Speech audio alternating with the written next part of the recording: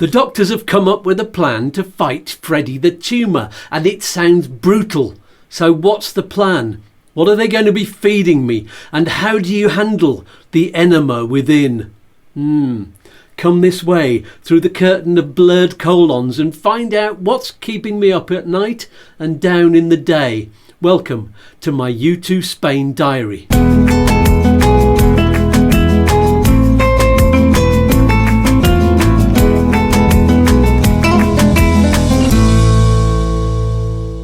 Hi, Skatz here. It's Friday, March the 1st, and this is video diary number 11.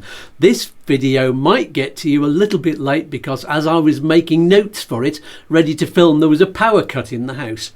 The sockets were, they were all tripping out. Worse than a hippie at Woodstock. So I was sitting on the bed with my laptop connected to a power bank, and even that wasn't working properly. Eventually the landlord did manage to get it back on again, but I lost loads and loads of time trying to help out with that. So fingers crossed I get this finished and edited and all done and out on time on Friday afternoon, evening. Hopefully good. So back to Monday this week when Liz and I went to Malaga, met up with Chris, our roving interpreter. Thank you again and again, my lovely friend. And we went to the big hospital to meet the oncologist, expecting to hear the big plan. Oh yes. However, the meeting turned out to be not quite what we thought it was going to be, because when we got in and met her, and yes, it was a woman. I was convinced she was going to be a he on the last video. That's not gender confusion. I just thought previously I'd read a man's name, but hey, I got it wrong. There you go. Anyway, she couldn't speak English, but there was another younger doctor called Anna. She was lovely. She could speak English, so it turned out we didn't need Chris's translating skills after all. But it was really good to have him there for support, though. Also, he had occasional questions to what she was saying, so that was really, really good. And what she said, as I said, wasn't quite what we expected, because this was more of a pre-meeting meeting to decide on what's going to happen at the next meeting when the experts meet to decide what to tell me at my next meeting when I meet the doctor I met at the meeting on Monday. Again, what they could tell me though, after they'd asked me again about the history of my condition and whether I was on any medications, etc. They were very thorough, and Liz made sure I didn't play any of it down this time, as I've been prone to do. They told me that there were 2 treatment options, and they were going to get together with all of the experts, including the surgeon, this week to decide on option 1 or option 2. And then she'd give me a call back to let me know when I could come in for the proper meeting. Option 1 then, that's a shorter one. It's only 5 days of radiotherapy followed by chemo and then the operation. Option 2 though is the 5 weeks of radiotherapy and chemo tablets together, followed by some sessions of the intravenous radiotherapy, then the operation, and they didn't yet know the start date for that. So they took my weight and my height, they did a CT scan, another one, and they gave me some tattoos. Yes, it wasn't like a big eagle or anything. Not sure why that's an eagle. It wasn't anything like that. It was just like 3 or 4 dots so that they could line up the machine the same time each time they scanned me in the future. Very, very clever. Now, I've had blood taken a few times in my life, quite a lot recently actually, but I've never felt a tattoo needle go in before. And I made a decision then. I've decided that however bad my midlife crisis is ever going to be, I'm never ever going to get a tattoo. I just had 3 or 4 dots, and I don't know how anyone can get their whole arm done or the bit of their face. I've got no idea how they can do that. Maybe I'm just a wimp. I mean, at least when they hit me with radiation, it's all invisible and it doesn't pierce the skin. Well, kind of does. It goes through technically, but yeah, well, you know what I mean. After that, they gave me a box with enema written on it. How lovely. And 2 other things like little tubes of toothpaste they were, which were also an enema. And the male nurse who gave me those, he gave me instructions to use what was in the box the night before my first treatment and 1 or 2 of the tubes on the day of the treatment, depending on whether the first little tube worked or not. Anyway, I took in that information, but I didn't write any of it down, didn't have a pen and a piece of paper when I was with him, and Liz wasn't there for that part, so I did have some questions later, which I'll come to in a minute. Finally, I was given a list of foods that I could and couldn't eat and some extra dietary recommendations, which I have to start 7 days before the treatment starts. Then we went off for a coffee and breakfast. Not the doctor, just the 3 of us, me, Liz and Chris, and we had a look at the food list where we found some very interesting translations and confusions. One thing on the list was no alcohol or exciting drinks. No. So, what drinks do you think are exciting? Answers in the comments, please. I'm going to tell you at the end of the video what they meant by that. Oh, and Anna the doctor called to give me the time and date of our next meeting, which was Thursday lunchtime. So that's yesterday as I'm sitting here. So now I know the plan. But before I tell you the full plan then, I really must say, I usually do this at the start of the video, but I'll do it now. Thank you. Huge thanks once again for all of your support and kind words and positive stories. It really is helping. It's a big mental challenge, this, as well as the physical challenges still to come. I mean, actually I'm feeling slightly more physical symptoms than I have before. This pain seems to be more constant. Maybe it's just because I'm thinking about it more, but anyway, the mental support, that really is helping. The sheer volume of support that you've given me, continuing to give me, is incredible.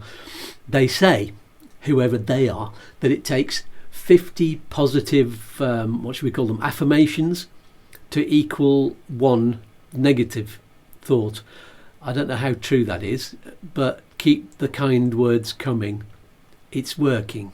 I'm going to need a lot more of that in the future. Thank you. And the GoFundMe page that Amanda set up so kindly got over €1,000 in the first few days. That is so generous. Thank you.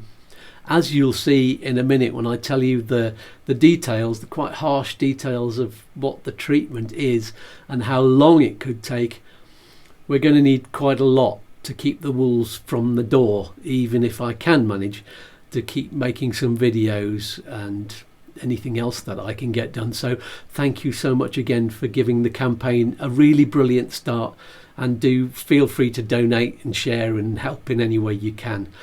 Like I said on the last video, I find it difficult to ask. That last sentence was, I've got it written down so I can say it without thinking about it. Liz gets just mortified by the idea of it. We both want to just keep working and earn our keep, but sometimes life throws you a lemon, a very bitter lemon in this case, and tells you that you can't add any sugar ever for the rest of your life. So no lemonade. There you go.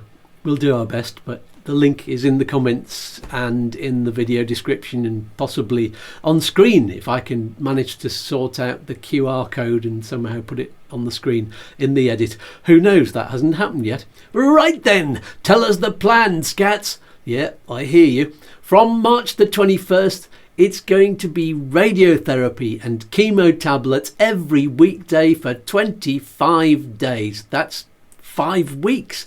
Yeah, it's going to be the long plan, because Freddie, let's face it, he's a big fat bastard.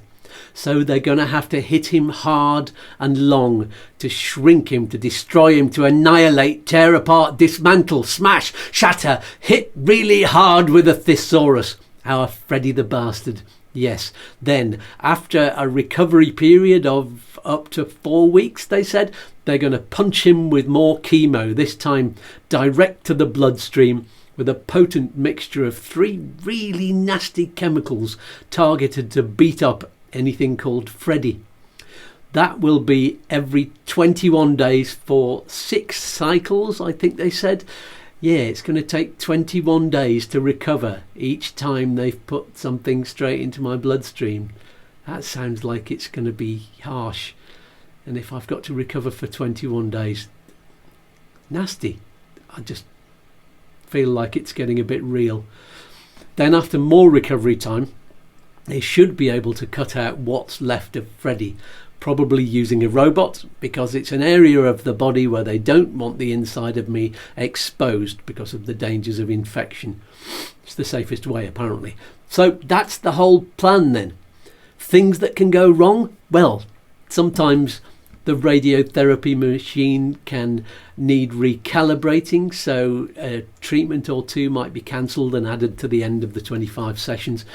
And at any time after doing a regular CT scan or blood test or finding out I've got a bad side effect, they can adjust the timing or the chemicals or the recovery periods, which means the planned end date of around mid-October could end up being several weeks or months later.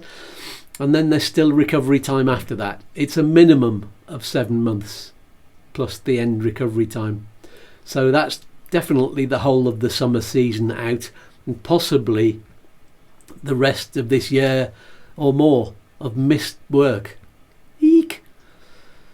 GoFundMe.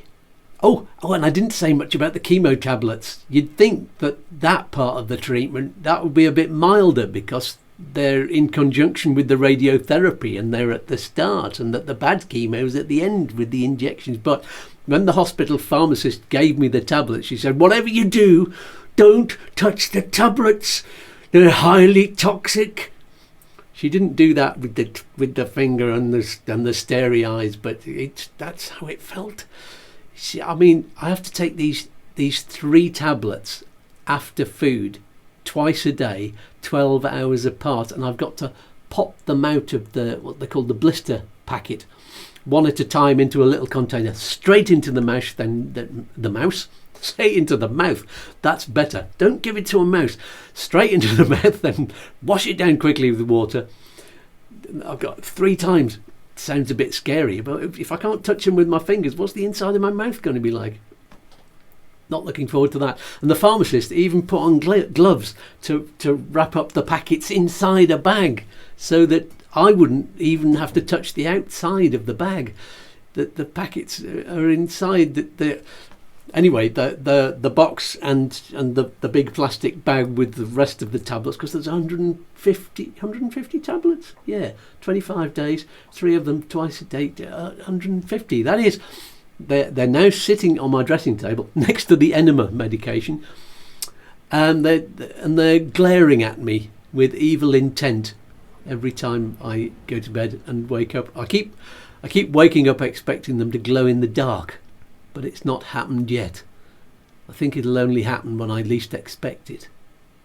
Now, I'm just thinking that if I'm going to get this video out quickly today, I'd better finish off soon. So what I've decided is I'm going to leave the rest of what I was going to say for next week, because let's face it, next week there's not much happening because I don't start the treatment for a little bit. So what I'll tell you next week is more about the food choices, what it said on there, and about the lovely people who are offering to drive me to the hospital and back.